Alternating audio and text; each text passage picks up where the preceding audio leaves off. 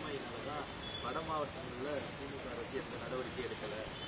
விழுப்புரத்தில் video call மூலமா முதலமைச்சர் ஆய்வு செய்யறாருன்னு பாஜக மகளிர் செயலாளர் வானதி சொல்றாரு. அரசியல் களத்திலே ஒவ்வொருவருடைய பார்வையும் ஒவ்வொருபடி இருக்கும். அதற்காக எடுத்ததற்கெல்லாம் அவர்கள் கேள்விக்கு பதில் சொல்ல வேண்டிய நிலையிலே இல்லை. மக்கள் நன்றாக முதலமைச்சர் அவருடைய பணியை பாராட்டிக் கொண்டிருக்கின்றார்கள்.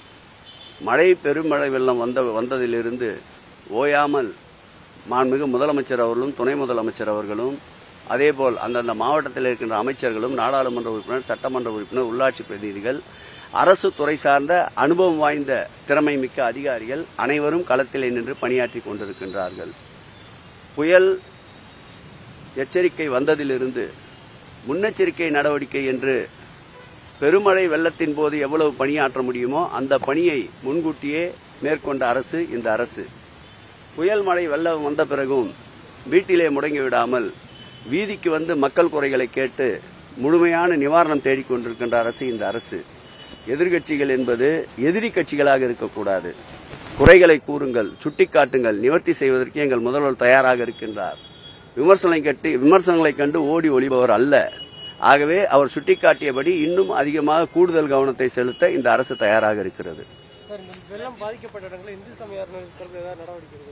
நிச்சயமாக நேற்றைக்கு கூட நம்முடைய துறையின் சார்பிலே ஆய்வுப் பணிகளை மேற்கொண்ட போது பட்டாளம் ஆஞ்சநேயர் கோயில் தெருவில் முட்டிய அளவிற்கு தண்ணீர் தாழ்வான பகுதி என்பதால் தேங்கியிருந்த நிலையில் அந்த தண்ணீர் அகற்றப்பட்ட பிறகு அந்த திருக்கோயிலில் காலையிலே நான் ஆய்வுக்கு சென்றிருந்தேன். மதியத்திற்குள்ளாக முழுமையாக அந்த திருக்கோயில் பக்தர்கள் தரிசனம் செய்கின்ற அளவிற்கு உகந்ததாக அனைத்து பணிகளை மேற்கொண்டிருக்கின்றோம். எங்கெல்லாம் வெள்ளம் பாதிக்கப்பட்டதோ அந்த திருக்கோயில் எல்லாம் விரைந்து நடவடிக்கை எடுத்து இயல்பு நிலைக்கு பக்தர்கள் தரிசனத்திற்கு உகந்ததாக மாற்றிக் கொண்டிருக்கின்றோம்.